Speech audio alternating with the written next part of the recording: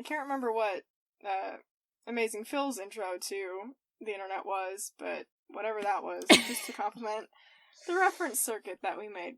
Ooh. And now for the episode description. The nerds may not have been on this earth for a long time, but the community they both belong to sure has. The queer community! This week, the nerds share their favorite figures, anecdotes, and general trivia from a group of people often misunderstood as a product of modern pop culture.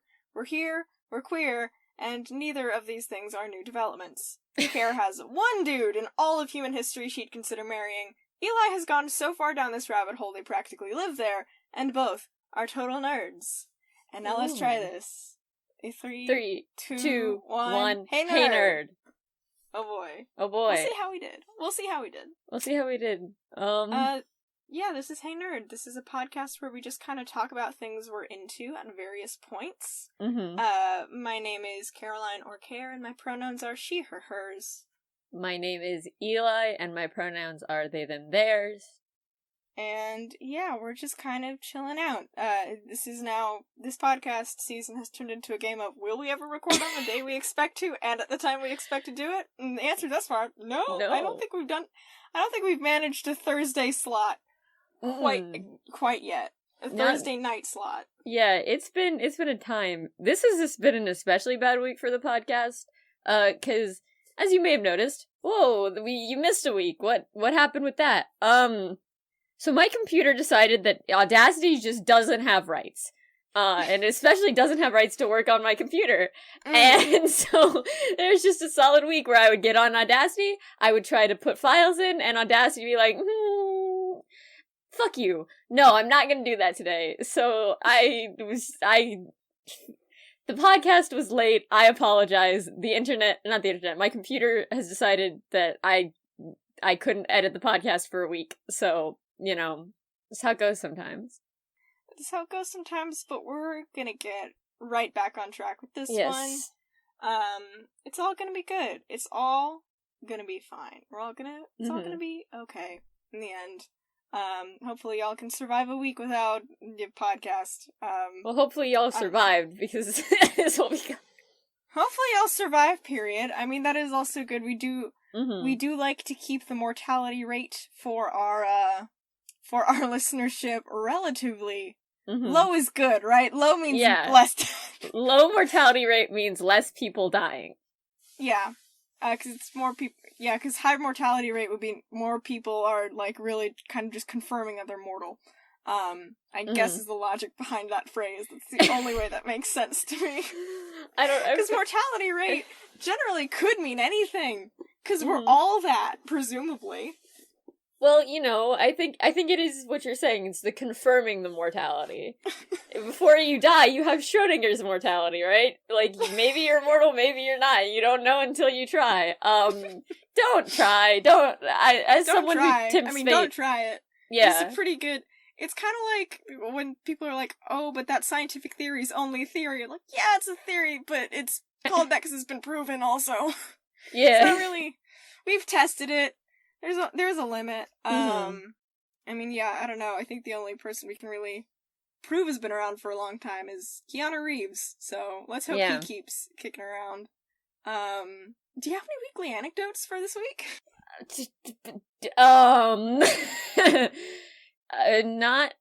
So today, this is not a weekly anecdote, this is a daily anecdote, but I met Ellis's cat today, and that was kind of the highlight of my whole day. Because Piper and I had to go over to drop something off, and when we were standing in the front door, kind of talking to Ellis briefly, Piper was like, show me your cat, because Ellis's cat used to belong to Piper. So I met Maru. Maru is a very large cat, and I love him. He is a good bean. Oh, good.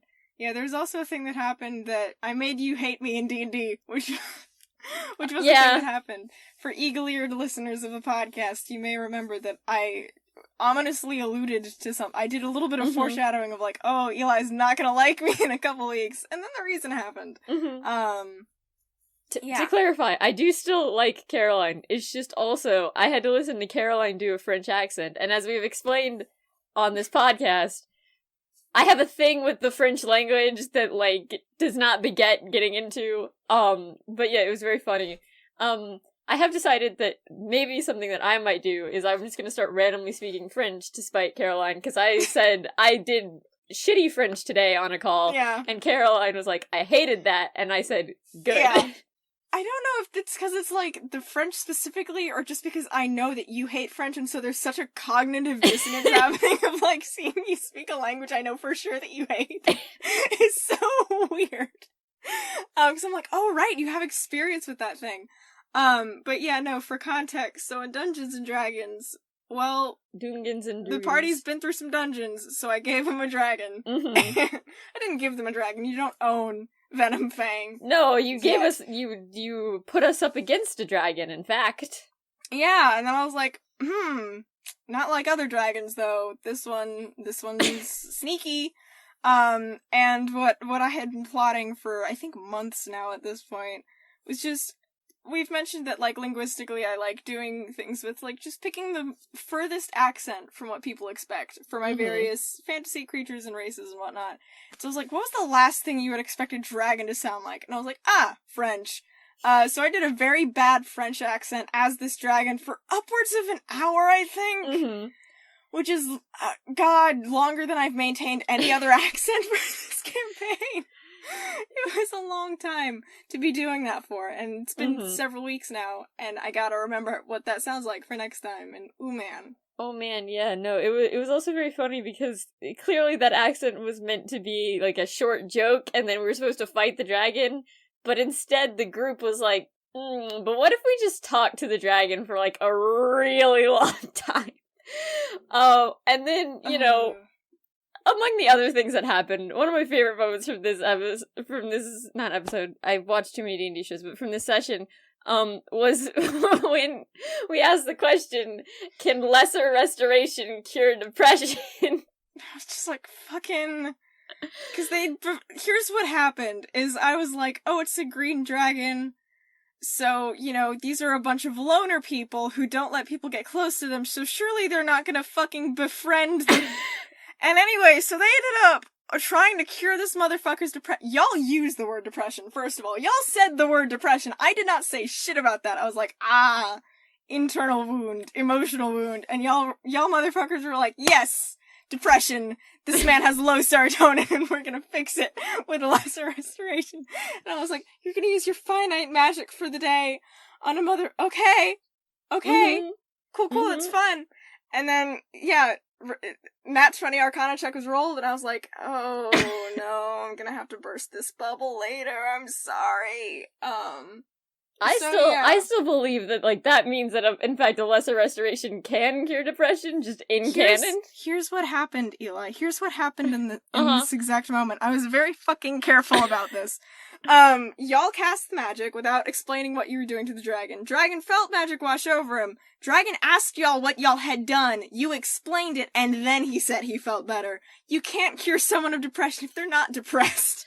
If you want to try again, I'll let you do it. But, like... Well, I feel like the obvious next step is you try and cast it on Lynn and see what... Try and cast it on your character! That's a decision you can make, I think. If you want to put... I think antidepressants at that point will be less expensive. Just get some health insurance. Yeah. Lynn needs to, like, join a union or something. Join an adventurers union and get some fucking health insurance. Yeah. Oh, God. I think you did, in as much as you're like, oh, these loner people aren't gonna befriend the dragon, I think you underestimated the fact that one of the party members is a druid. Mm-hmm. Another party member has been attempting to befriend every four-legged creature that we've met, period. Mm-hmm. Including the rabid wolves that were actively trying to eat us. Mm-hmm. And then, you know, Lynn is just kind of there and is unaware of what social interaction is supposed to be like. So you put those three people together with a clearly non-human conscious entity. What other route did you truly expect us to take? I mean, I figured that, like, you wouldn't immediately try to fight him, but I also did not anticipate just how much y'all would just cotton onto this dude who was shit-talking the other druid you'd met earlier constantly, and I was like, they're strangely unworried about, okay, cool, curing depression, great, and we're teaching the dragon how to read. Cool, also great. To be fair, the teaching the dragon how to read was kind of my idea, because again, the dragon was like, I'm getting closer, and I was like, this is the fairy tale part, where oh no, oh, this is gonna work way better than I thought it would. Didn't even have to make a grapple check to kidnap one of the party members, and I just asked, and they let me. Yes. It was so funny. It's so funny. It's also, like, you know, I mean, after the session ended, and I was just, like, thinking about Lynn as a person, I was like, so Lynn would have some opinions on what's going on. So there's, like, the scheming bastard part of my brain has plans. I have some ideas. I will say that one of the other party members has texted me, and I know that they are also a scheming bastard with plans that I'm highly amused by, so we're gonna see how next session goes. I'm excited for this Sunday to unfold. But my weekly anecdote is not a D&D related anecdote. That was kind of the bonus joint weekly anecdote. Because my weekly anecdote is kind of a 2-weekly anecdote, technically, which makes sense given our recording schedule. And that's that I did the gay thing where... I did the gay... No, just cut it there, end it. And just end the sentence. I did the gay thing where I hear... Well, first of all, because the CW did the supernatural thing, and, like, did the homophobic gay love confession, which is, like, honestly some mental gymnastics I did not expect to be possible. That was truly a gold medalist in an event I did not know existed. And I was like, well, otherwise the CW is pretty good about putting queer characters in their stuff. And so I just remembered that, like, there was a gritty Nancy Drew reboot that I kind of put down after one episode, because the first scene we get of Nancy is her having sex. And not, like, typical CW sex scene where it's very drawn out and, like, there's edgy music playing over it. It's straight up just her having a quickie with her boyfriend, like, in a garage, straight up. It's very casual, like, they don't even... Yeah, there was no build-up to it, just smash cut to that, and I was like, oh, never mind. But I was like, I mean, in the Nancy Drew canon, that, like, I remember, there was that character, that girl character named George, who hated feminine stuff, and, like, you can't have a series with that character and not have a gay or a trans person. So I looked up CW Nancy Drew queer, and a lot of the reviews I found for the show are honestly very harsh, again, mostly based on that pilot of, like, ooh, everyone sucks in this show. Why is everyone so nasty? But then, you know, I did some scrolling, and I did find some lesbians, and so I did the lesbian thing, where I watch an entire show because I hear that there are lesbians in it. And it's a good show, actually. It's not, like...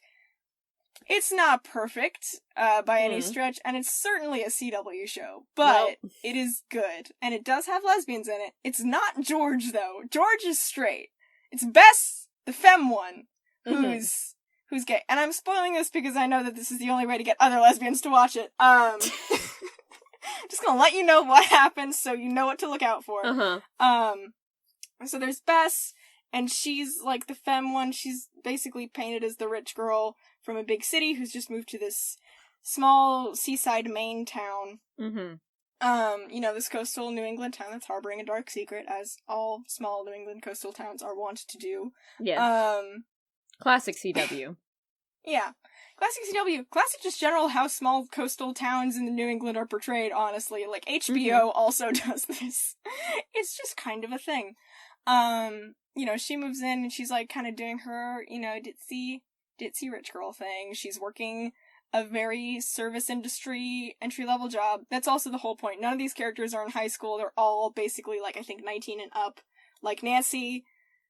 This whole show is just, like, again, it just got edgier. So, like, Nancy is basically taking a gap year because she didn't apply to college, because right as she was applying to college, her mom got some kind of pancreatic disease and then died, which is unusual for Nancy Drew, because typically they're just like, the mom's not here, because that would mean that there's a grounding maternal force that can discipline her, and then you can't go off and drive your convertible into dark abandoned buildings with your friends, because no responsible human being at the home currently would do that. So we're just gonna have a dad who's kind of there.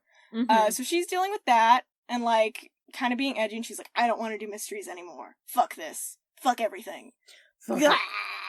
Very Batman voice, my friend. Yeah, just doing her edgy little reboot thing. And I was like, oh no, Nancy. Oh and then she ends up working for George, who in this instance is not her best friend, but in fact a former rival of hers from high school, or not rival, but basically Nancy's friends spread rumors about George and her sex life during their junior year, and Nancy didn't contribute to it, but she also didn't do the thing where she stopped it, and so there's some bad feelings.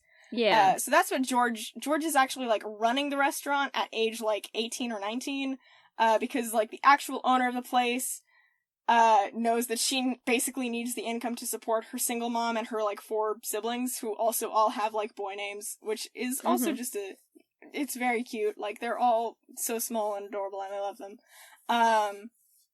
Ted in particular. And then, you know, we got George running that, and George is played by an Asian American woman. I think, the fans, which is like that family is Chinese American. I can't be sure. No, I think, yeah, they are Chinese. So that's cool, like, person of color. Woo. Ned Nickerson, who is Nancy's boyfriend, from the books, is also there. That's the person she's having sex with in the very first opening shot we get, of her, like, in present day. And he goes by Nick now, which is much better than Ned. And he's, like, a mechanic, and he's a black guy in this one, which is also, again, like, woo, more people of color in CW shows is good. He's doing his mechanic thing, kind of, like, just moved in, just started seeing Nancy. And then we got Ace, who I'm gonna get to that man because he is my favorite man. I love him so much. He's, like, he's a himbo! He's the best kind of himbo. He's, I think, what I would classify as, like, the kind type himbo, where, like, he is very smart.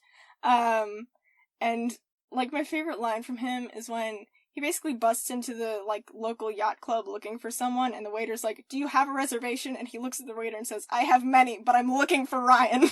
I was like, I love you, sir. And he has a rival with this, like, librarian, at the library because his mom works at the library, and he, for some reason, just has this beef with this other person about coding. He's so good, and I love him. So that's Ned, and then we got, you know, Nancy doing her thing. Who am I forgetting?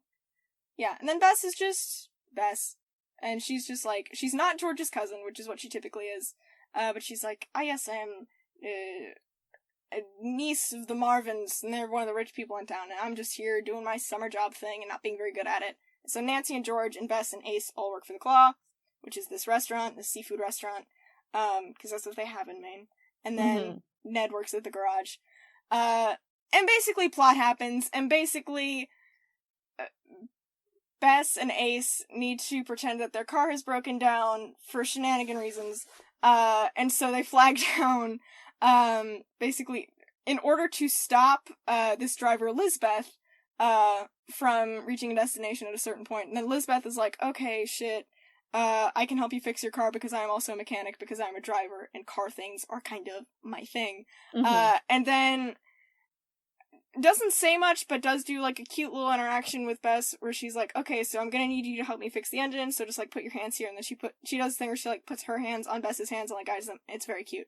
And it's like, yeah, Bess and Lizbeth end up getting together, and it's real fucking cute.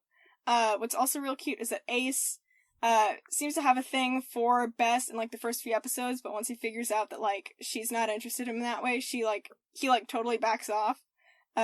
And when he's like, are you gonna go out with that Lizbeth girl? Which, side note, Lizbeth and Bess are both nicknames for the same name. That's how it goes sometimes. Yeah. I think Bess's name is just Bess, because that's what it is on her passport, but I just found it funny. I was like, wait a second. Hold on. Y'all couldn't go any further. You're like, no, this is perfect.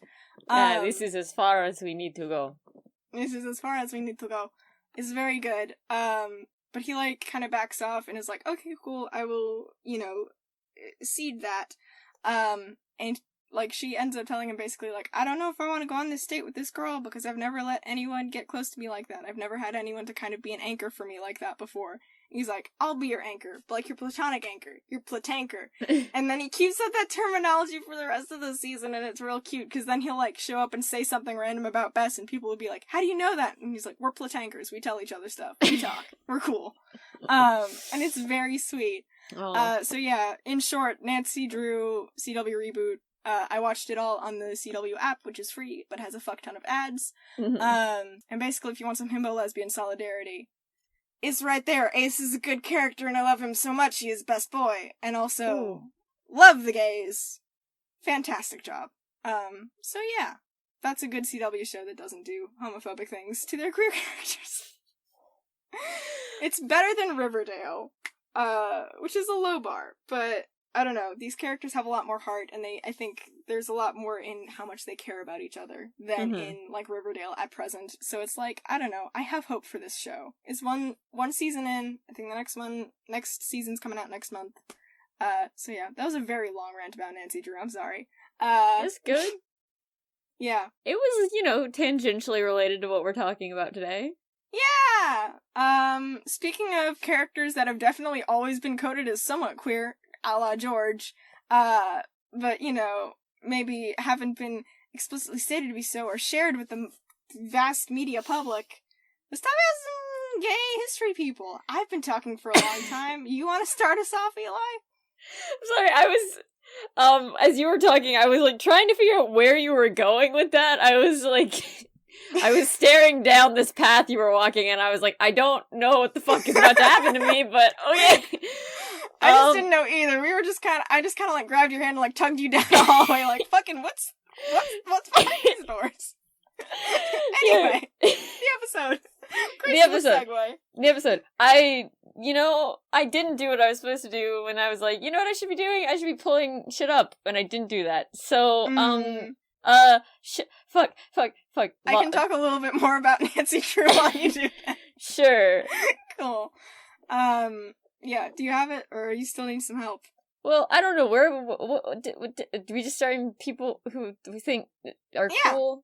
Just start talking and see where it takes you. I don't know. I guess this is a weird thing to say that I have personal history with, but I have Yeah, the personal histories that we're both... Well, the personal history is that, yes, I am a queer, but that's not what I'm talking about, actually. I'm talking about the fact that, for the past, 2 years, I've been the person who's most directly responsible with, research queer history for Alphabet Soup. That is my job every year, and every year I learn a bunch of stuff, and then I immediately forget it. And it's this wonderful experience of I get to go back and look at my old stuff and be like, oh yeah, that. Oh shit. I don't know. It's some facts from history. Here's an interesting fact. This is one that I just find very funny. Is that simultaneously the Roman Empire. Ooh, that Roman Empire. They really did do an empire. Strong start. The Roman Empire is both the location of the first recorded same-sex marriage, ever. The record, it's down on paper, we're the homosexuals got married. Occurred under the first Roman emperor. Caesar Augustus was I'm the emperor, and those gays can get married, I guess. I don't know if he directly decreed it. Let those bros get hitched, yo! Yeah. Let the homosexuals wed. I imagine that he said it exactly like that, but in Latin. I don't speak Latin. Fucking Latin. Homosexualis. Fuck!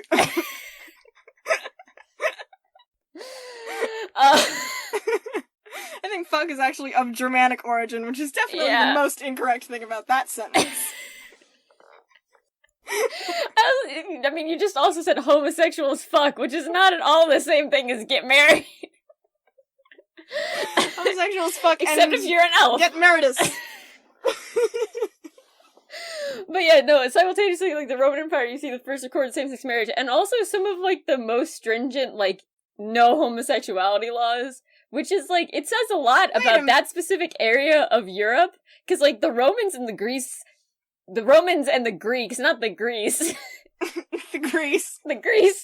The Greeks couldn't decide if homosexuality was okay or not. They were it's okay, but it's not. But it's okay, but it's not. It's you very... You can kiss the homies, but you gotta have socks on.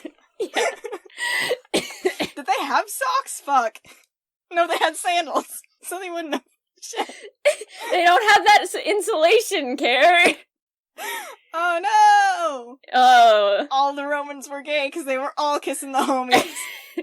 Socks off, kissing the homie.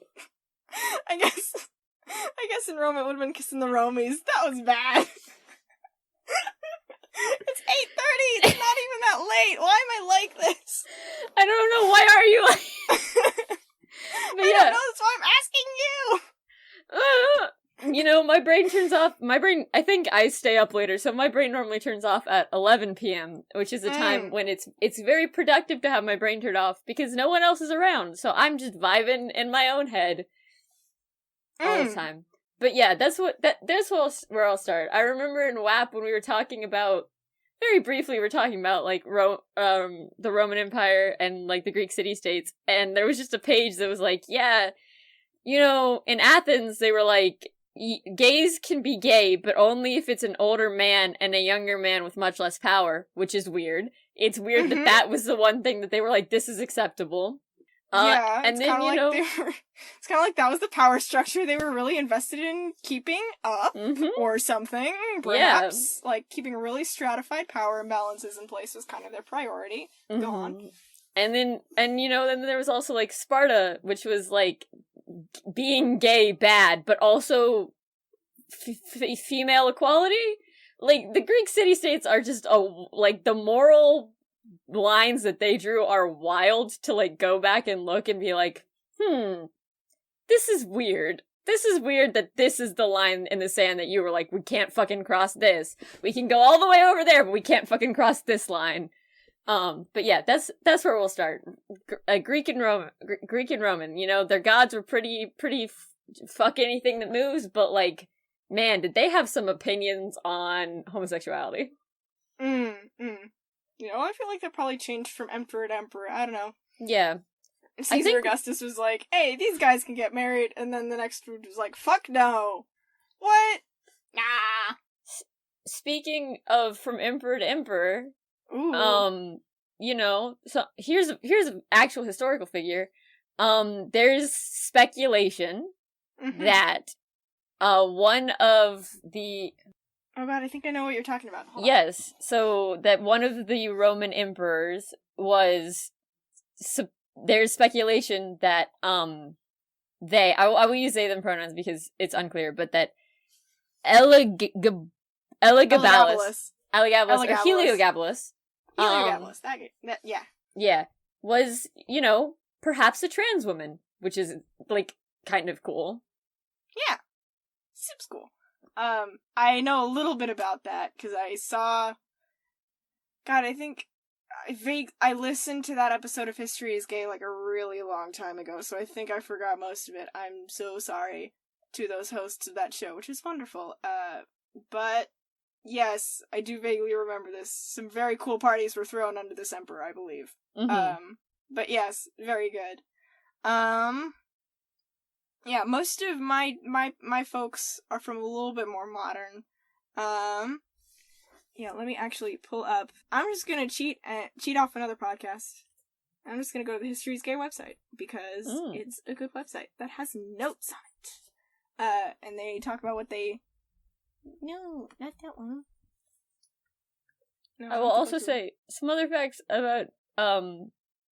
They didn't get a burial, the Romans just threw their body into the Tiber River, which, like, you know, I wouldn't mind being buried that way. Just like, yeet! Yeet! Get out of here. Get in the water. And they had at least one male lover. It seems like primarily they somehow had like 3 women that they were married to, but 4 wives. One of their wives was counted twice. I don't know why. Divorce and remarriage.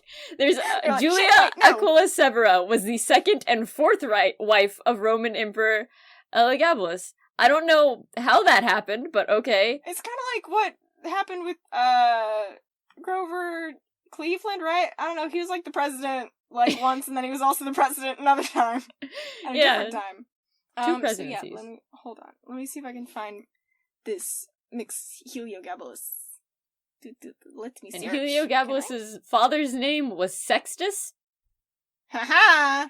Sex. Yeah, sex. We're very mature for our age. We are so mature. I'm an adult legally.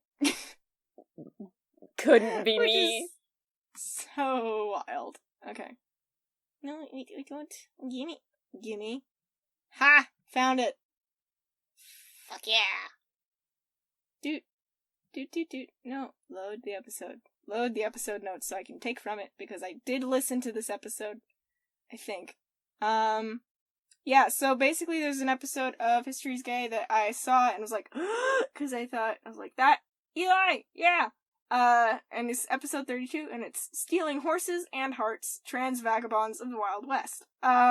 Which is cowboys and trans people, which is kind of Yeah, that's hell yeah. So I'm gonna see, I think I listened to maybe the little bonus episode they did that was, about some of the people they didn't go to a whole bunch of detail, but yeah, a bunch of trans men were cowboys. Yee. And yeah, like, it was great. I don't know, I'm just like looking at some of the, oh yeah, there's this great headline. Fighter, bootlegger, end quote, bad man, end quote, is Miss Pickerel, for love of whom 3 women have killed themselves. Things were dramatic. Deadly love trap of the youth who is a girl. Which is, that's hell of a something. Oh yeah, and it was just a lot of, like, trans men. People were like, you gotta wear dresses, and they're like, but what if I just keep wearing pants? What if I just keep doing my thing? Yeah, but what if I didn't do that? I think one of them faked their own death and just moved to a new community to just be like, fuck that, I'm just gonna do my thing away from the rest of you fuckers. I'm just gonna not be here anymore, so fuck you. Yeah. And this headline kind of sucks because it does misgender the person because it's from the 1800s, but, I'm gonna say this, trousered man bites policeman. Just, straight up, trans man just bit a cop. That's what you gotta do sometimes, you know? That's what you gotta do! It's what you gotta do to get done. So yeah, trans people existed in the Wild West, and that was just me. I will probably listen to that in more detail right after we record this, but I did think it was important to just bring up that is the thing that exists, and that I care about. Because, you know, hell yeah, trans rights. Hell yeah, trans rights. Fuck yeah. Yeah, also I think there was a course, I was looking at a college course. I can't remember which college it was, so I'm sorry if I don't remember your name, college. But it was this thing about, like, something, studying art, something, like, studying Michelangelo. And, like, I can't tell you what specifically clued me into this, but I read it and I was like, oh, this is definitely about how Michelangelo was into dudes. This is about how gay Michelangelo was, because he was. Because have you looked at how he draws women? That's just dudes with boobs. That's just a man with tits, dudes, man. And he's like, but what do I do with the chest? I don't understand this. It scares me. Yeah, it was just, it's fun, like, just seeing, like, I don't know, speculating about maybe who's a little bit gay. I mean, Michelangelo is pretty much proven, I think, but, you know, it's still fun to look at. I don't know, I mean, scrolling. Another person who was kind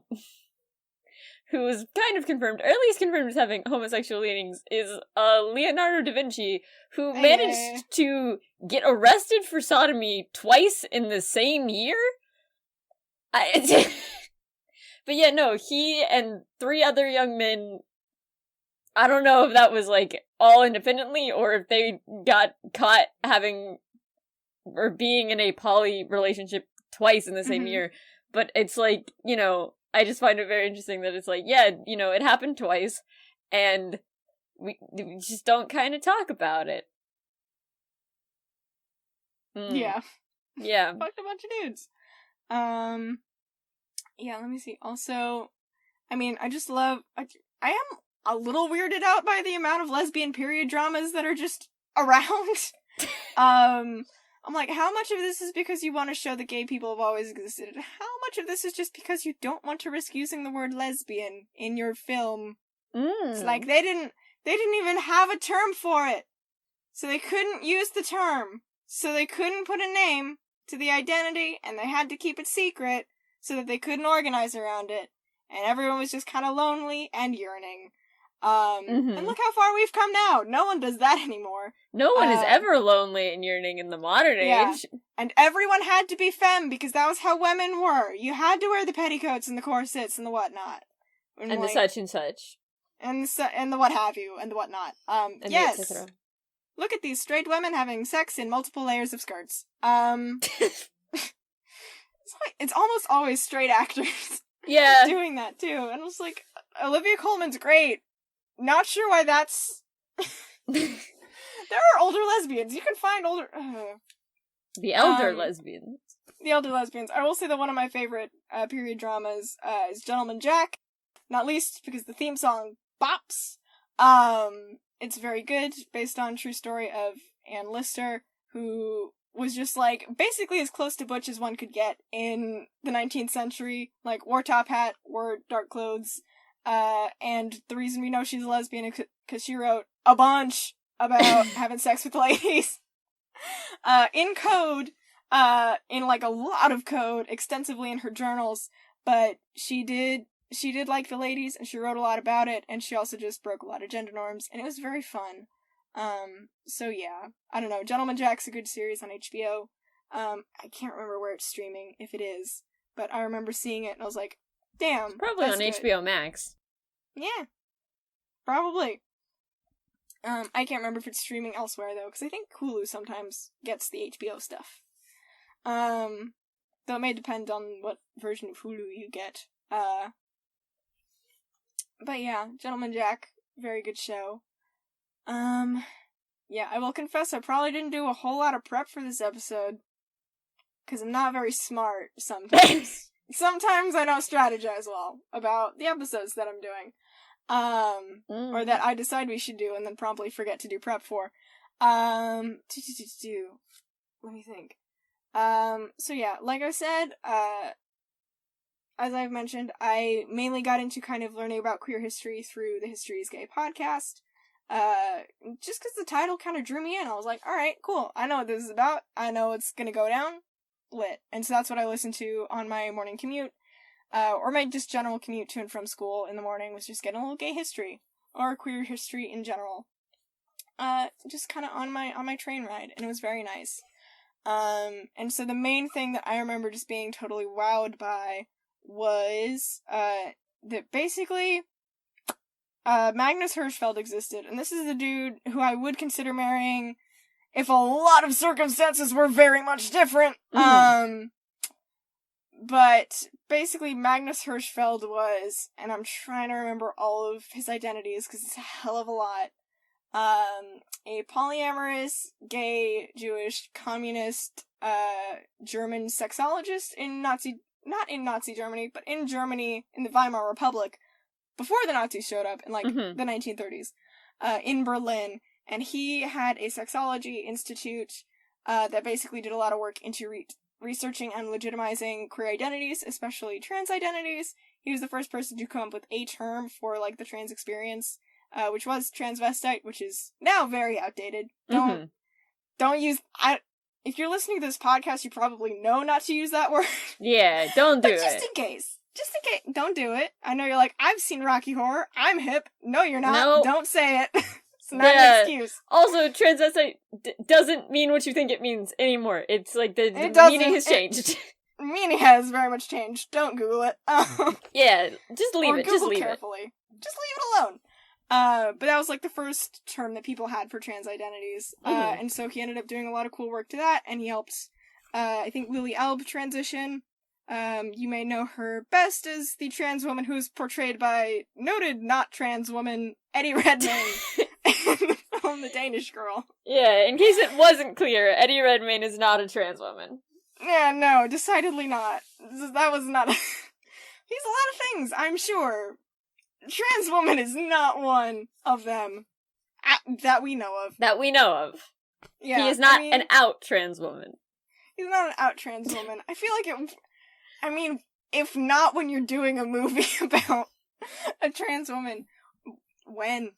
So yeah, you know, British twink Eddie Redmayne, played her, but yeah, he actually, I think, did a little documentary about her, as well, or participated in that. which was super cool. I don't know, Magnus Hirschfeld was just a cool dude. He ended up giving, like, Berlin police officers a tour of a gay club in Berlin, to kind of prove that, like, it was just people talking to each other and not, like, some vicious den of sin.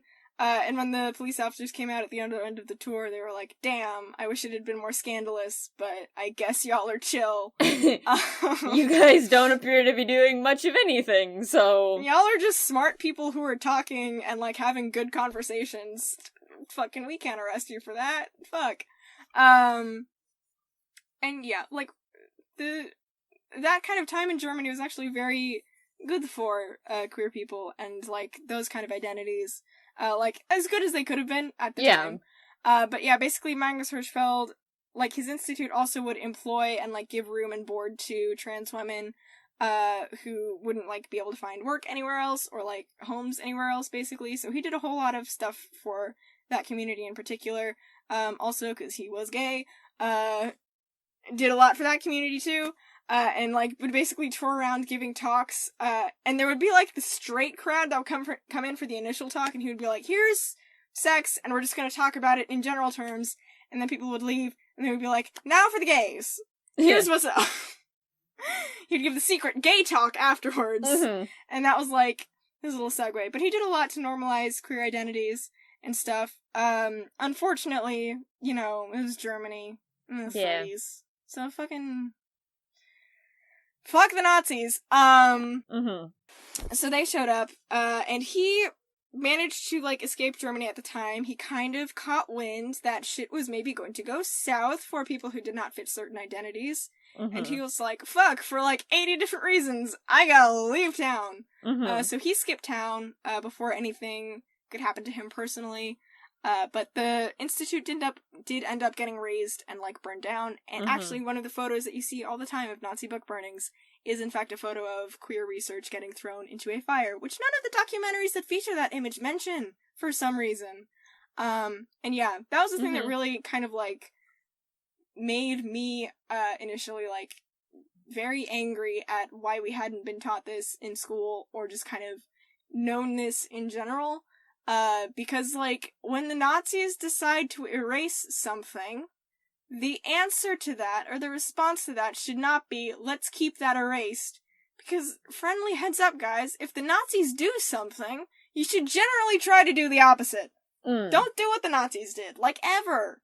And so I was just really mad that, like, that crucial part of our history, all of that work that just could have fucking Hirschfeld knew that was like, there are, like, at least thousands of different genders. Like, we need to know this. And he was like, race is also a social construct.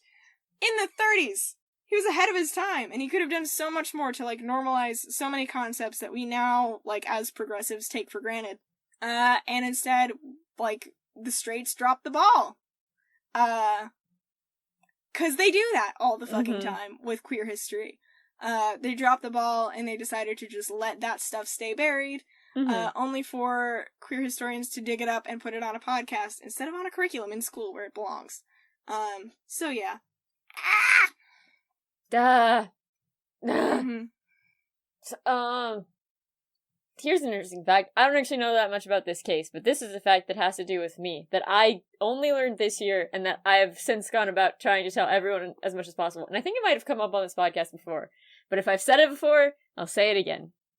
So, as I'm sure a lot of you probably know, because the vast majority of our audience, I think, either lives in the States or has lived in the States at some point. It's the United States. Great, cool. But as I'm sure most of you know, I think both in our national law, but also in almost every state at some point, there has been an anti-sodomy law on the books. That's just like a thing that's happened. Yeah. You don't want the gays around, so you make it illegal to have homosexual sex. Well, you make it illegal to have non-penis and vagina sex, but the only people who get persecuted for this are people who are gay men who are having anal sex. Like, that is explicitly who the law is getting used against, but I think the wording of the law is, like, any non-vaginal sex is considered because, legal. you know, the country that's like, hey, we fought a revolution to keep the government out of our shit was like, you know what, we should police sex lives. Yeah. We should police how people fuck. Yep. We should police, we should police how two consenting adults fuck, which is not ever good. Don't do that. Yes. Yeah. Let people get freaky in peace. Jesus Christ.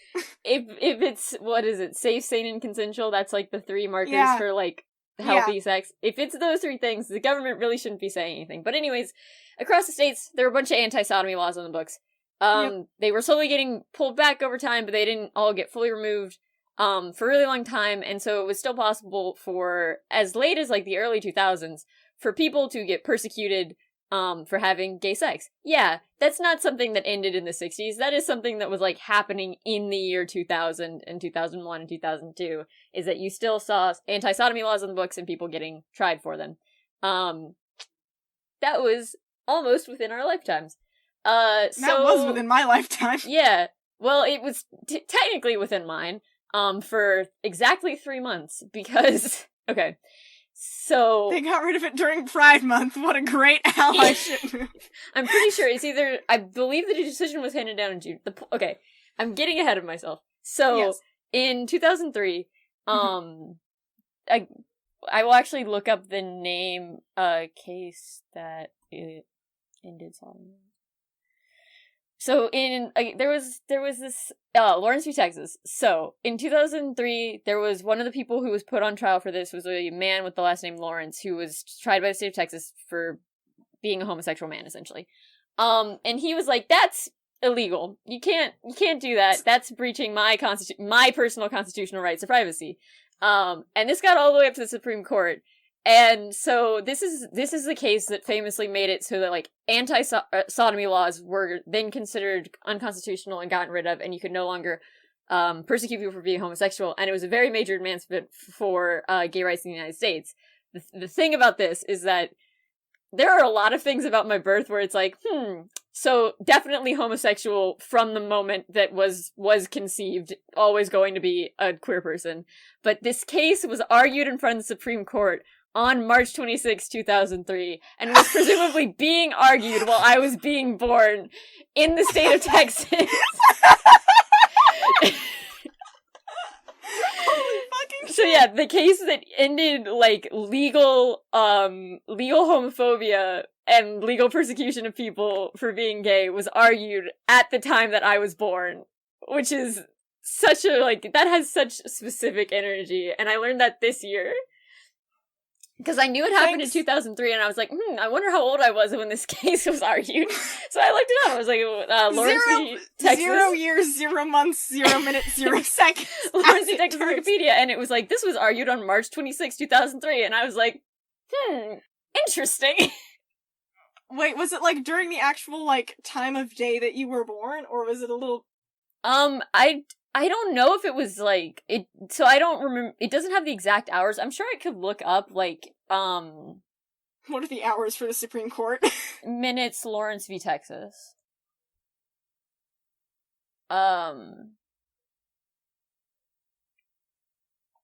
Okay, here's, okay, so at 11:09 a.m., they began arguing at 11:09 a.m., presumably Eastern Standard Time. I assume that this went on for some time, because this is like this is like a very long thing. So but it's 10:09 a.m. our time. 10:09 a.m. here, I was born at like 12:30, so if this went on for more than like 2.5 hours of arguments in front of them, like, making their case, then yeah, this was happening like while I was being born. You were like Jesus for gay sex.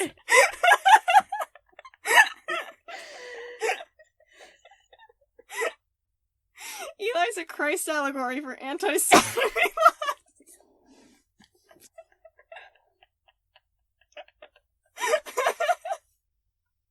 So yeah, that's a thing that's true. So good. Also, now I know your birth time, so I can figure out, your natal chart, which is fun. Okay, so it was argued for 53 minutes. So actually, I think that I My mother was in labor when this was happening. I was born after the case had ended, but I was born on the same day. You wanted to make sure that it was okay. Yeah. For gay people to have sex in the state of Texas before you arrived. You're like, fuck no. If they're not, If I'm not allowed to... No. Oh god. No. You waited until just the right moment to be like, Yeah, I waited until after they'd done arguing. You know, the Supreme Court takes forever to do anything. So the verdict wasn't handed down until 3 months later, during Pride Month, on June 26th. But I did have to wait for all of that information to be put out in the open. And then eventually the case, like, they dismissed the case, I think, and they were like, this is dumb, don't, like, this is just stupid to have these laws still here. But yeah, it was a 6-3 vote. They struck down sodomy laws and invalidated the remaining sodomy laws in 13 other states. So, as late as 2003, 14 states still had sodomy as illegal. Oof. But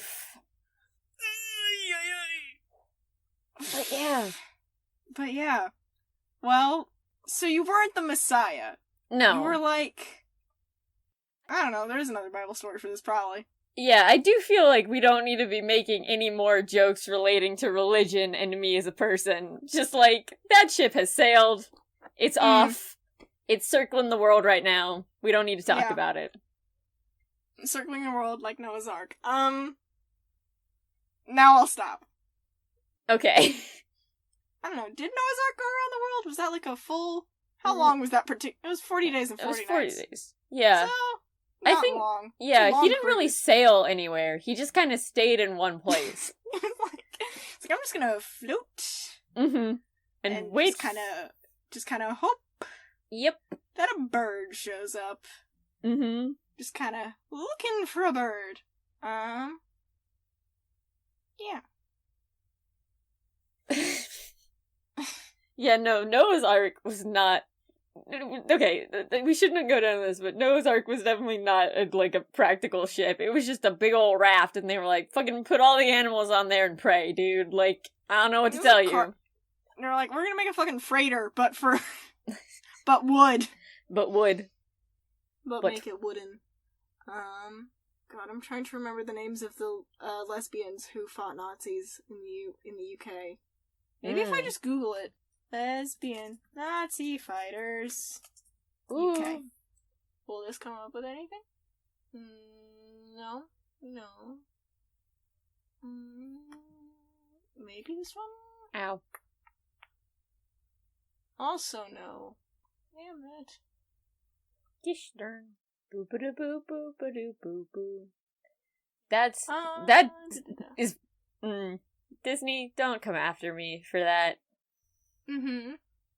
I would not appreciate it if you were to come after me for that, for singing, for humming like a bar of one of your songs. I don't think they would. They might. In order to sue someone, there needs to be some kind of risk for you to get money. That's true. Well, we do constantly ask people to sponsor the show. No one's taking us out, though. That's true.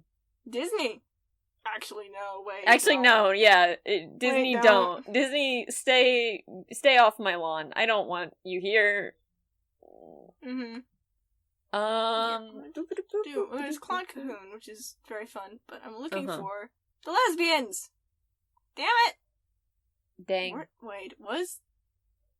Let me see, what else can I find? Oh shit, was this the lesbian? Hold on.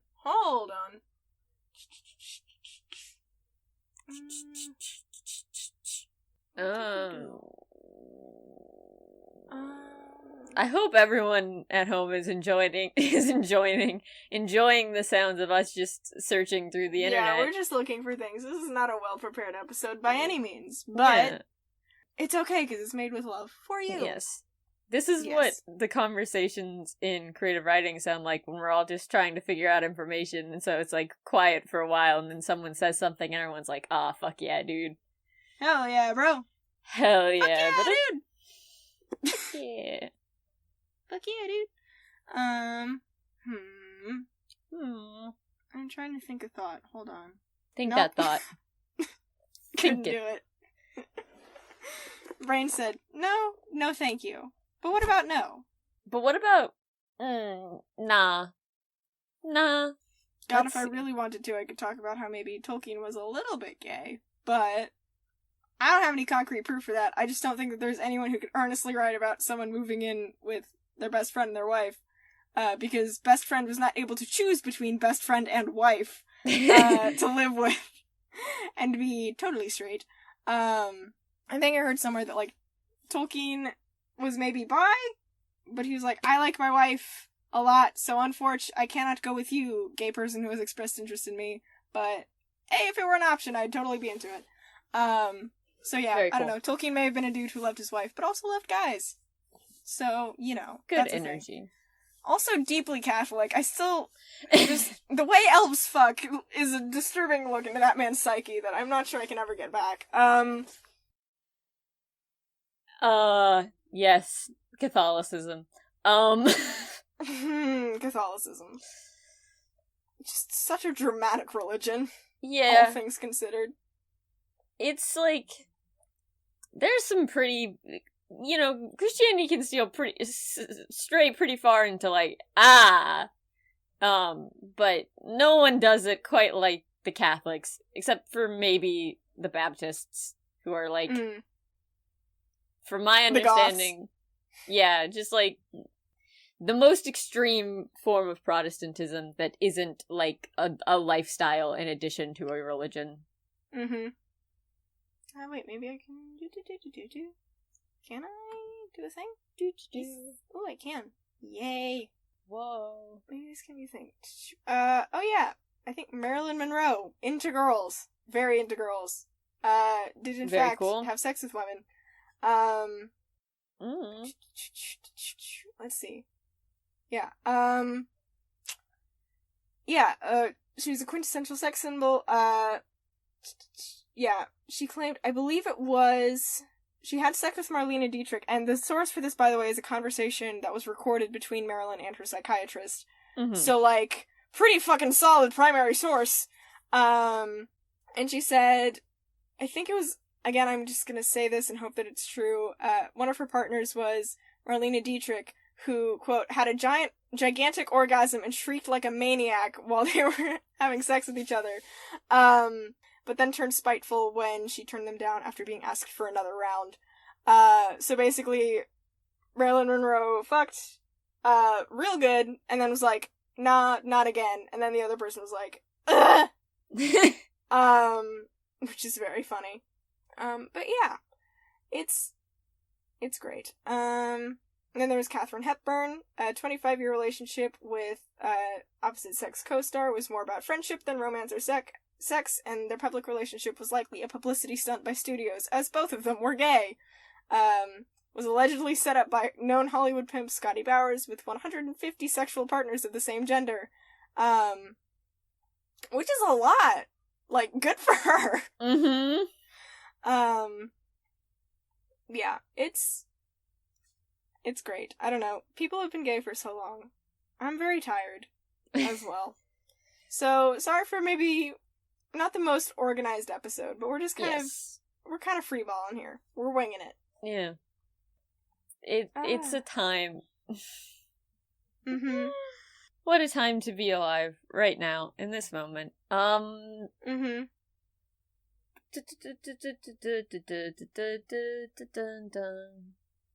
boop boop boop boop dee dee.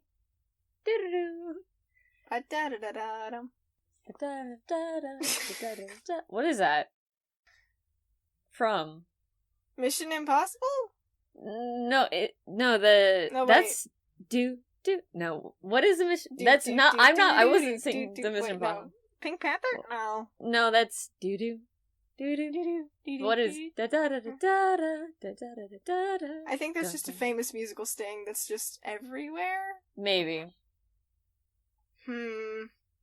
See, now I really wanna like figure that out. Shit. But yeah, I don't know. Just more from this. Again, this notes from I think episode 5 of History's Gay. Scotty Bowers was a dude who basically set up a bunch of beard marriages for Hollywood stars in, like, 40s and 50s. Because, that's what studios needed people to do. Mm-hmm. But yeah.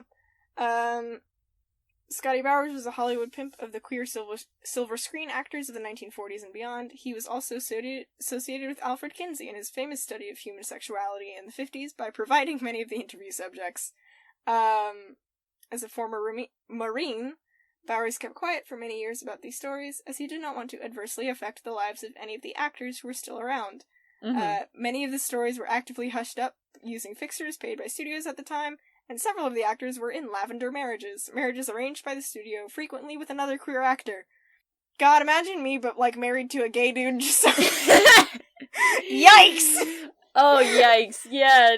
I mean, that's a great roommate situation. Thanks for, like, splitting the rent. Cool. I mean, that's how it went sometimes. Another thing that's, like, a historical thing that was just true is, like, the American military had that whole don't ask, don't tell policy for, like, a fucking long time. I think that ended in, like, the 2010s, maybe? Yeah, ish. Yeah.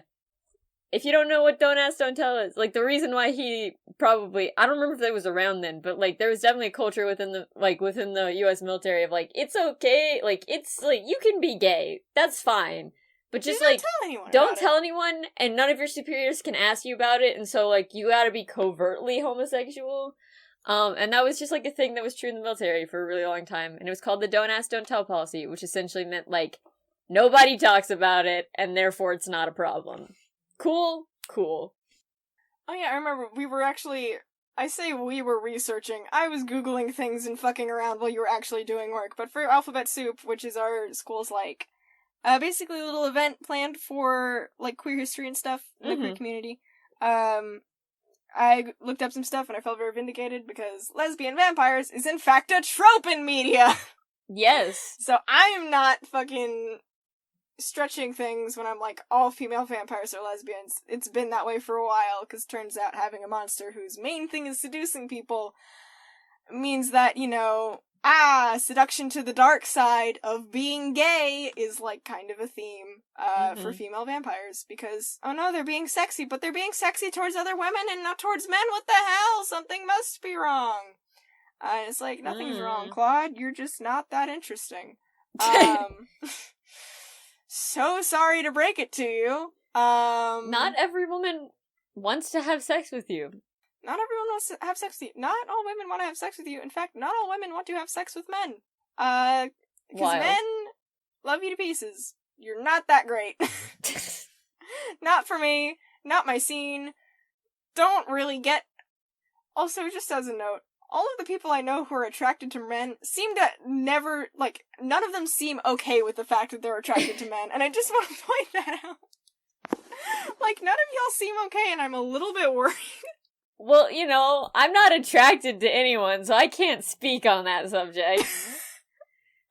Fair enough, but it's like, people who are into dudes just do not seem like they are having a fun time with that. I remember, like, right after I first came out, there were a bunch of people who were like, a lot of our, interested in dudes, female friends, or female friends who are interested in dudes, if I wanted to say that, like, with a functioning brain.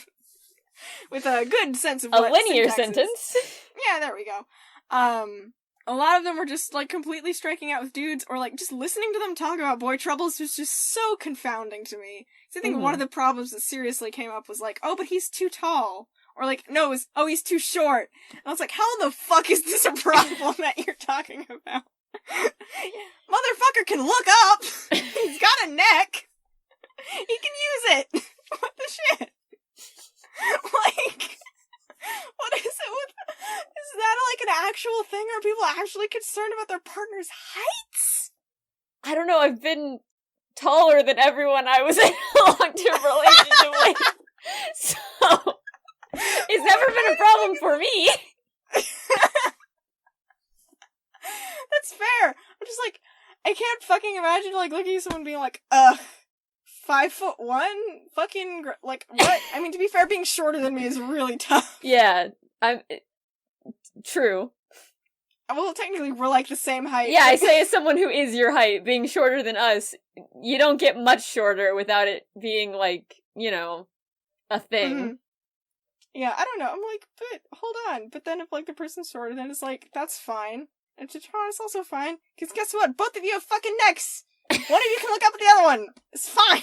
Don't worry about it. That's what they're for! Necks are the part of the spine that's for looking up at pretty people! Jesus! Or looking down at pretty people. Or looking down at pretty people! It's either way, it's a hinge! You can do that! I don't know what to tell you, my friend.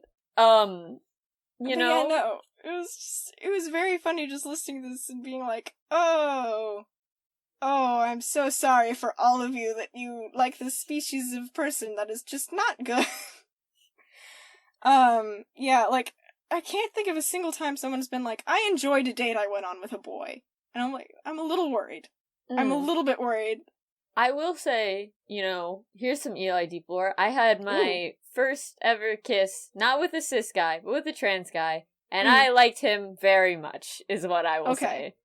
So, like, there is some hope out there, perhaps. Perhaps. Maybe just not with cis dudes. I think they need to get their shit together. I don't know, man. I don't know. Yeah, no, yeah, like, trans guys, I can't speak to. I can just say that, like, people, cis guys, I don't know what the fuck's up, but y'all need to fix something. I don't know. As someone who lives with a cis boy, yeesh. I feel like you might be looking at a kind of skewed opinion. I am looking at it kind of skewed because he's my brother, but also the general hygiene habits are just yeesh. That's true. You don't want that, trust me. I'll take your word for it. Yeah, I'm like, oh no, this is the state of your bathroom that you think is acceptable. Disgusting. Hate it. Not a fan of this situation. Disgusting. It's gross. And then I mentioned it in, like, a Teams chat with a couple other fellas, because I was like, I mentioned this, and I was like, well, sorry to the dudes in this class, because I know that y'all are fine. I think my friends have just kind of struck out. And then both of their responses were like, nah, dudes are awful. And I was like, what? Come on, guys! Have a little self-confidence, Jesus! Fucking not even, yeah, I don't even know, like, could have fucking added defense for yourself, actually, of like, yeah, I hold myself to a higher standard of behavior, like, I care about treating my part. Nope, just straight up, yeah, we do suck. What? Boys! What the hell? This has rapidly devolved into a call to action for the male. Yeah, cishet dudes, what the fuck are you up to? I don't know, I'll close this out by saying that, I don't know, it's very funny to be a lesbian and have men not mean a whole heck of a bunch to me, just in general, because people are like, ooh! Most recently, in the same class that I just mentioned, people are like, ooh, Jamie from Outlander. And I was like, the only thing I know about Outlander is, like, time travel and also sexy Scottish man. Because that's what I've got from my mom's brief synopses of the show while she watched it. And then they sent a picture of said sexy Scottish man, which is a hell of a tongue twister, in the chat, and his name's Jamie. And I looked at him and I was like, that's him? Really? Fascinating. That's what this man is that everyone's been salivating over. And they're like, but you gotta listen to his voice, Caroline. You gotta listen to the accent. And I was like, fucking, I've heard James McAvoy before. I can extrapolate that the Scottish accent sounds good. I'm not gonna dispute that. Also doesn't do a hell of a lot for me as someone who's into women to listen to a dude's voice. I'm not sure how to explain this. Yeah. Beyond, like, if a dude's really attractive, then I'll be like, yeah, I can acknowledge that. I'm not fucking... Objectively, I get it. Yeah, objectively, I get it. Aragorn, totally understand. Legolas, yeah, fine. There are also other non-Lord of the Rings characters I could think of. They're just not popping in my head at the moment. But I think it says a lot about you, one, that the two hot men that you thought of were Aragorn and Legolas, and then that my reaction was putting my head back and going, Was it also at Aragorn or just at Legolas? It was both. I mean, like, as I've said, much like you, Aragorn, I get it. not personally for me, but I get it, I can understand it. And then there's Legolas, and, like, I've exposed myself to hell and back on that subject, but, you know, I will say my opinions have not changed in the interim of 16 episodes? 6 months. Yeah. My opinions have not changed. Good to know. Good to check in with your friends on whether or not their fictional crushes have changed. Yeah. Yeah, this is I don't know, this is just kind of turned into an episode where we just talk about fun shit that we like. Mm-hmm. But yeah, no, it's just... And then there was that whole thing where, one of my friends was like, you must look at this boy actor. Again, right after I'd come out as a lesbian, as in a person who likes girls. I remember this. And not dudes. It's like, look at this finding. I don't even remember. Is Jordan Fisher, I think? Yeah, it was the guy who's like, he was in one of the Hamiltons at some point. Yeah, John Ambrose from To All the Boys Too. And just kept being like, but he's attractive, right? And I was like, I don't. Sure. I am not in a space with my sexuality where I feel like I can be like, yeah, that dude's super cute. Because I kind of just got through the whole, like, I don't need to think that anymore. So I would like to embrace the part of myself where I'm not putting pressure on myself to do that. And this friend was like, but you need to look at him, he's cute. And I was like, he has a torso and a face, that's for sure. Yeah, real torso face situation going on. And a neck. What a catch. What a guy. He can look up or down at pretty people, as the case may be. Ain't that fun. He has a pivot at the top of his spine. Yeah, he has a little hinge. Very fun. He can nod and shake his head and do everything. What a dude. But it was just like, it was just a little amazing to just be like, no, why are you trying to get me to say that this dude is cute? I am such the wrong audience. And now I believe that same person, also identifies as a lesbian, so that's how the turntables. How the turns table. Yeah. Compet gets all of us. It's fine. Anyway, yeah. Yeah, no, I don't... I'm sure that I have some fucking something. Fucking say something funny. Something to say, I don't know, kind of in, like, the same of, you know, the people and the not understanding the things. Sometimes I forget, just like, you know, people experience gender as, like, a thing that's, like, you know, a thing. Yeah. Yeah, it's very funny to me because sometimes, I don't know, I'll just listen to people talk as, like, a collective about the experience of femininity, and I'll be like, oh, right, that, yeah, right, yeah. I don't, yeah, like, I told this story, but, like, you know, I forgot one time that, like, other people don't experience dysphoria. I was like, yeah, you know, that thing about having a gender, and then I was like, wait, no. Doesn't come with every gender. But it's not very like funny. A Happy Meal toy. Yeah, it's very funny because it's like, oh yeah, gender is a thing. And not that gender isn't a thing for me, but it is like a thing where it's like, I just forget about it sometimes, and then it, like, I'll be reminded, I'll be like, yeah, right. Good thing I'm not part of that. I got off the train, I've left the station, I'm wandering through the wilderness by myself, and it's cool. Yeah, just hitchhiking with your little hobo knapsack. Yeah, no, gender dysphoria is not in fact like a McDonald's Happy Meal toy. They do not give you one with every gender. I got my own shit to worry about, but... Yeah. No, yeah, I don't know. It's just a thing. I'm like, yeah, this is a situation that I don't feel any pressing need to change, per se. I'm here. I don't know. It's kind of like my feelings about school uniforms. I'm just like, well, might as well have something to wear. Might as well be this. This looks fine. I feel fine in it. No problem. Very cool. Absolutely wild. Buck fucking wild.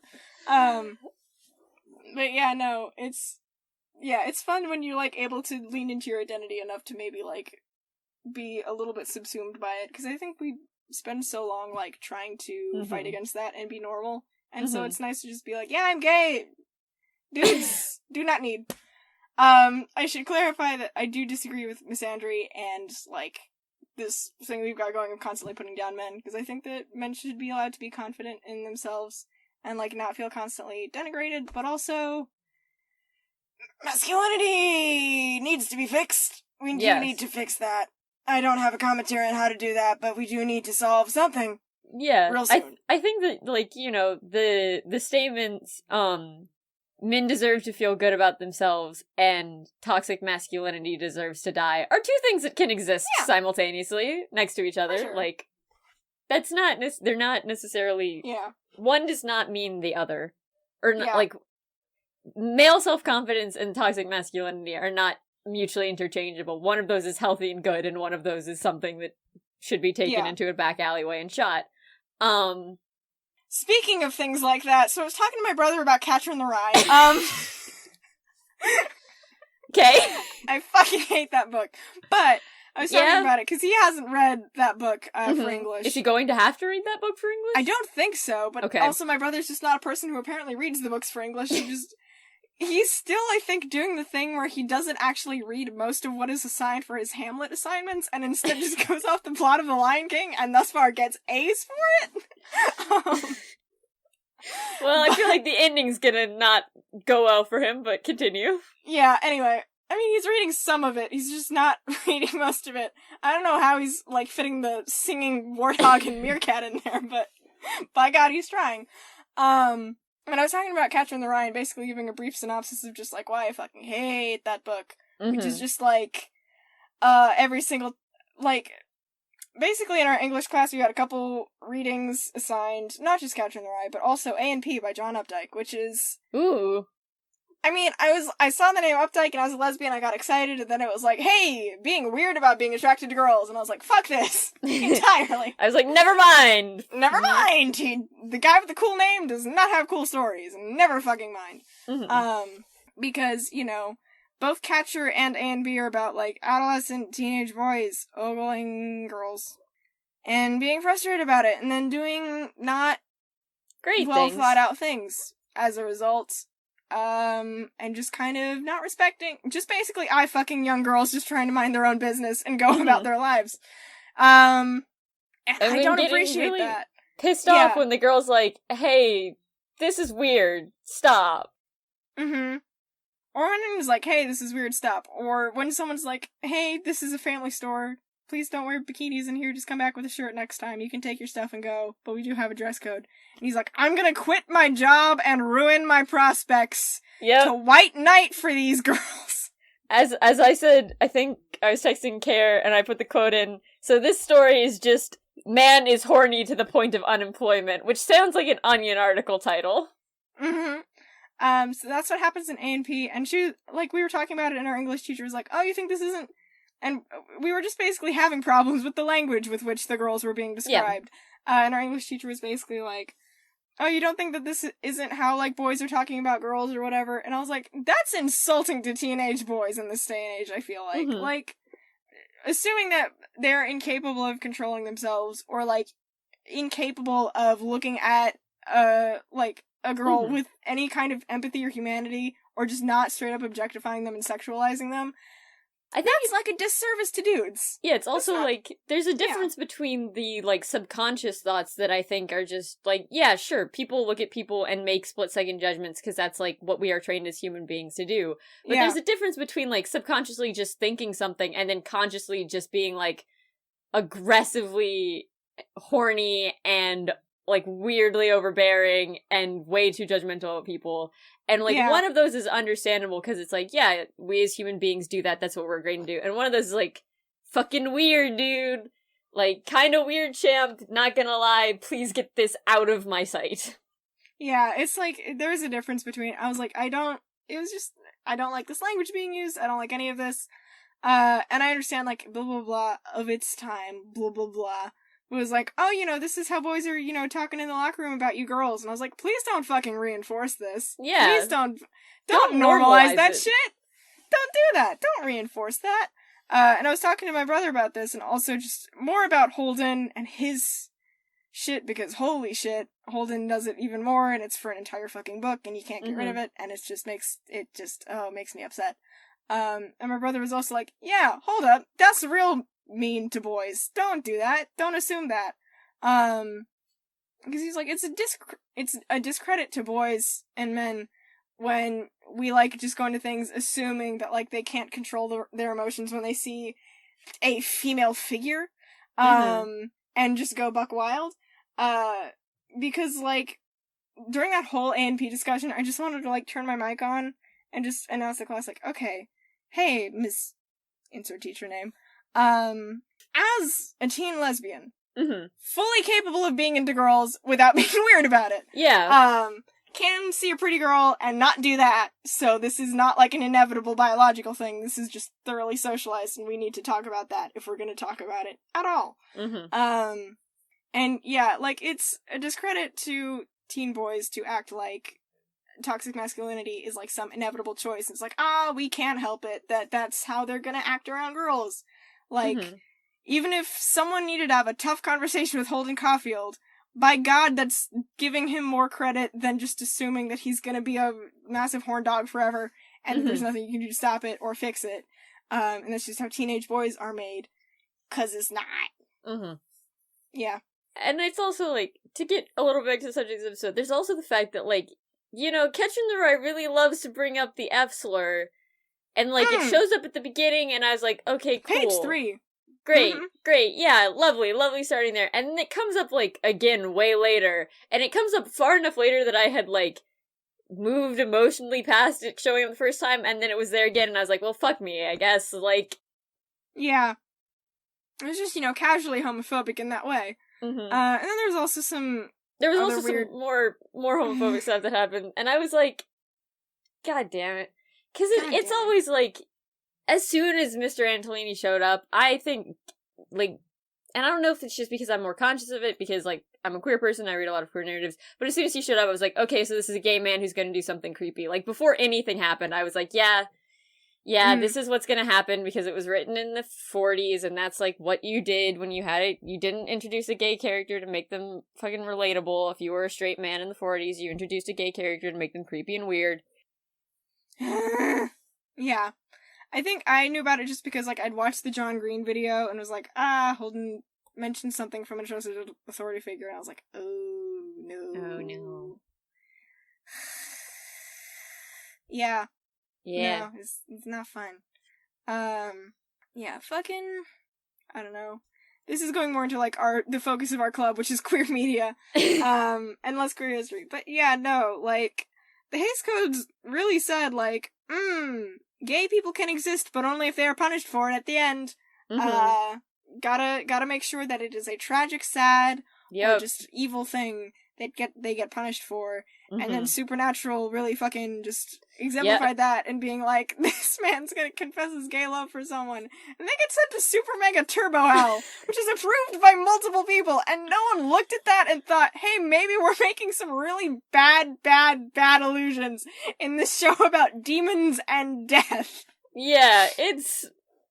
Jesus. Yeah, I mean, and also, like, we talked about this, but that happened in the middle of election week, so it was already kind of, like, a shitty week for everyone, and then that happened, and it was like, and then there was also the rumors that Putin was fucking resigning going on at the same time, so I learned about all of that from fucking Tumblr posts that I saw on Twitter. Yep. Which was not a fun way to get any kind of world news. Putin's not resigning as of recording, but it was just a wild thing to figure out.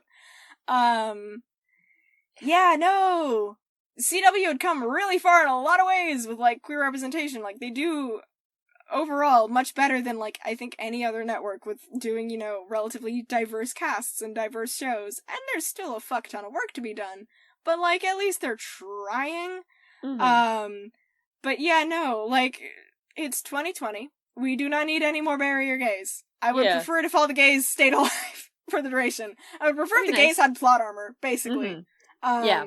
We need to move away from homophobia and start moving towards heterophobia, is I think the pendulum that society needs to swing on. And then of course there's also the fact that, like, Supernatural is one of the most famously, like, queer baity shows of all time.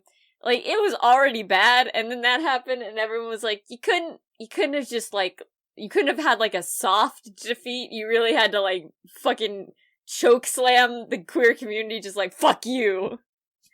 It was like, Jesus Christ, dude. So yeah. Yeah, no, I think the only queer representation I fully remembered from that show was, like, I don't know, I think I watched the first few episodes of it, never really got into it, but the thing I do remember was that I think Felicia Day played a lesbian LARPer, and the reason that she basically was revealed to be a lesbian was because Dean tried to hit on her, and she was like, I'm not into dudes. I'm very much not here at this medieval Ren fair to date guys. I am here for the tavern wenches as well, good sir. Thank you. Bye-bye. Goodbye. Yeah. Which is like all the queer rep I remember from that show, basically. Yeah. I don't know. And I feel like it's also very funny because, like, you know, Good Omens proves that you can have a story with angels and demons and queer love, and it can go well. So, like, it's not that Supernatural had nothing to draw from. Yeah. But yeah. I also want to put out that, like, I've watched maybe 2 seasons of the show, and then I kind of lost interest. Which is, you know, what happens when you consume a lot of media very quickly. But I consumed it before Destiel started. Like, I got the first 2 seasons, and that's before Castiel shows up at any point. But yeah. It's fun. It's so fun. Yeah. No, it's sad to see that, like, okay, so this trope that started because of, like, outwardly homophobic legislation is now just, like, imprinted itself into media in a bunch of different forms in really insidious ways. And it's like, hey guys, guess what? There's not a Hays Code anymore. You no longer need to punish your queer characters by killing them at the end. Still looking at you, Clexa. Jesus Christ. I didn't even watch the 100, but what the fuck? But yeah. So again, I'll just shout out Winona Earp, where the lesbians don't die and are in fact still very much alive, and there's kind of minimal drama, which is good. It's a sci-fi show, not a CW show, so that may have something to do with it. But I'm pretty sure, like, none of the queer couples on that show are really going through a whole bunch, besides what drama is necessary baseline for that kind of show to move forward. Mm-hmm. So if you're looking for a supernatural show that's, like, funny and smart, and likes its queer characters and gives them a little bit of plot armor, that's that. Winona Earp. Go check it out. It's good. It got cowboys and demons. It's fun. Woo. Yeah. I guess for I'll say one little quick anecdote. I learned recently that Miss Swiddick learned the spelling of sci-fi from the network and not the actual spelling of the genre. Whoops. Because it was on the I was looking at the little form and it was spelled sci-fi SYFY, and I was like, interesting. And I got a little bit of amusement from that. I thought it was very sweet, but it was just like a small thing, and I was like, that has brought some joy to my week, is the fact that it was spelled this way. Yeah. I'm actually in that class, so it's a fun time. We read Kindred and then freaked out about it. Ooh. Yeah. Octavia Butler's got some good shit. Yes. You know. We freaked out about the ending to Kindred, is all I'm gonna say. It's just fucking Jesus Christ. It's a hell of an ending. But yeah, I don't know, like,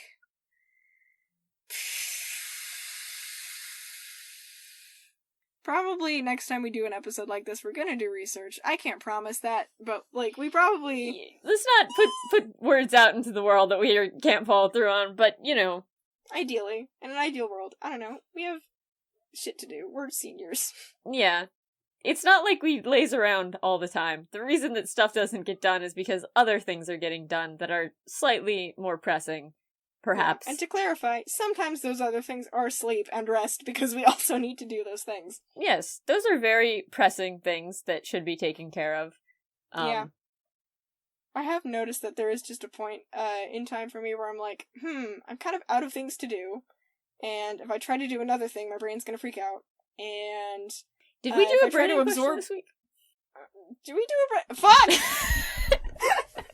Continue. Sorry, I just got on the document to check something and then I was like, wait. No, I'm gonna lie down on the floor for a minute and have a crisis. You go on. Okay. So, you know, I mean, why don't we end on the Brendan question? The burning question is here. If you were wondering the whole episode, like, hey nerds, where's the burning question? It's here. Here it is. Fuck. Fuck. This is why we need sleep and, like, time to eat. I was shoveling my dinner into my mouth 5 minutes before we started recording, because I had ordered dinner really late today. Oh my god. Okay. It's fine. Shit. Anyway, it's my turn to ask the Brendan question. Fuck, if you were... I remember what it is because we planned it. Oh, we had that one thing planned and then we fucking forgot. I'm so mad. If you were a color on the invisible light spectrum, which one would you be and why? Back to the floor now. Bye. I feel like I would probably be, either... Okay, so these have a very specific thing. I would probably be either, like, black or a Halloween orange, which is a very specific kind of orange. It's like, oh, this is the fucking Halloweeniest orange that ever orange. Because today we were doing the senior board in creative writing, and the two little colors on my little section are black and Halloween orange, and I felt very like, oh god, this was the most like, this was the most like, oh fuck, I'm a senior day I've had in a while. So that was fun, but yeah, so well, either black or Halloween orange. I'm feeling kind of spooky and very, very much like a senior. Care, who I just briefly saw your hand, what color would you be? Yeah, I'm on the floor still, for those of you listening at home. Fuck the visible light spectrum, I'm going ultraviolet. I'm fucking dissolving into nothing. I am beyond sight. Unseeable. My brain has melted. Holy shit. I had a burnout episode this past weekend, and I was like, fuck, I'm gonna take care of myself and get shit done this week. And I have gotten shit done this week, but not the shit I needed to get done, apparently. So I'm just gonna go invisible for a second. That's what you gotta do sometimes. Oh my god. I'm beyond all human comprehension at this moment, including my own. For you listening at home, I'm very sorry for all this pounding that you keep hearing. Whenever I start laughing, I also start, like, hitting things or pounding my leg, and so if you're just hearing thumps, that's me laughing. Yeah, apologies for any thumps you hear on my end, because that's just me toppling over onto the floor and then accidentally kicking the tiny little box that I have my phone on, which is doing the recording for this. Fuck. Anyway, I'm gonna pull up this. I think we're at the end. We need this to be the end. I need to go to bed. I don't know if we learned anything this week, except we still don't know how to do this podcast properly, but, you know, it's fun. It's fun. We hope you guys have fun listening to us, as much fun as we have making this. Thanks to sawsquarenoise on the Free Music Archive for the use of their song Tell Defense Ending for our intro and outro. Fucking so sorry you had to be associated with this hot fucking mess of an episode. Potential sponsors. Not Disney, I guess. Blue Apron, HelloFresh, Casper Mattresses, Brooklyn, Bowl and Branch. D&D Dice is a good website that I like to use. D&D Beyond? D&D Beyond. Sponsor Critical Role. You could come sponsor. Please come sponsor us. Fucking Squarespace, maybe? Shit, we need a website. Loot Box? Loot Crate? Not Loot Box. Loot Box is a video game thing. Loot Crate! Loot Crate! Loot Crate. I don't know, my voice is cracking too much. My brain is cracking too much to think of anything else. So, yeah. Honey. The money getting website, yes. Or, like, the honey industry, if you're interested in... Honey industry, Honey from The Incredibles, just the character from that. If you want to give us money, that would be fun. And if you want to give us money, the way to do that is to contact us through our email, which is heynerdpodcast@gmail.com. It's the name of the show and then what the show is, and then it's Gmail. So easy. Listeners, tell your friends about us, your pride flags about us, your Supreme Court cases on anti-sodomy about us. Your Roman emperors, who may have been Roman empresses. Your trans cowboys, your trans cowpokes in general, because cowpokes is a gender-neutral term for cowboy. Your, period drama lesbians. Your cats, your alive queer characters on your CW shows. You can email us fun stuff at heynerdpodcast@gmail.com. It's the same Woo. email I just mentioned, because we use that for business and fun. Mm-hmm. Like two real wild children. Yep. But you can also, if you're like, fucking emails, those are basically letters. Why do I want to write a letter to someone? That's so old-fashioned. Well, snail mail is great, and so is email. But if you're really against it, that's okay, because we have basically the tiny little notes you can pass in class of the internet. It's Twitter, and we got a Twitter, and it's also Hey Nerd Podcast. Again, it's just the name of the show and then what the show is. And you can check back next Wednesday. Yes. Double next assuming Wednesday. that Audacity doesn't fuck Eli over again. Wherever you get your podcast, wherever you got this episode of this podcast probably is your best bet, because that seems to be working for you. For our next episode, which is Eli's turn to hint for that. Dang. Our next episode, I do know what it's about. That's not a lie, I actually do. But, like, you know, we're gonna be delving into a very specific form of the modern iteration of the entertainment industry. What the parentheses, all caps, gone wrong, gone sexual. Yeah, not clickbait. So if you want to know what that means, or if you got the joke and you're like, ha, hell yeah, check back in double next Wednesday for that time. Fun yes, good yes time. Mm-hmm. And now let's try to close out and pray to God we haven't forgotten any other important... We also didn't do a Grace list. It's fine. And too late now for that, for sure. Let's just try to get this over with and then we can go to sleep, maybe. Alright, 3, 2, 1. Bye, nerd. Alright.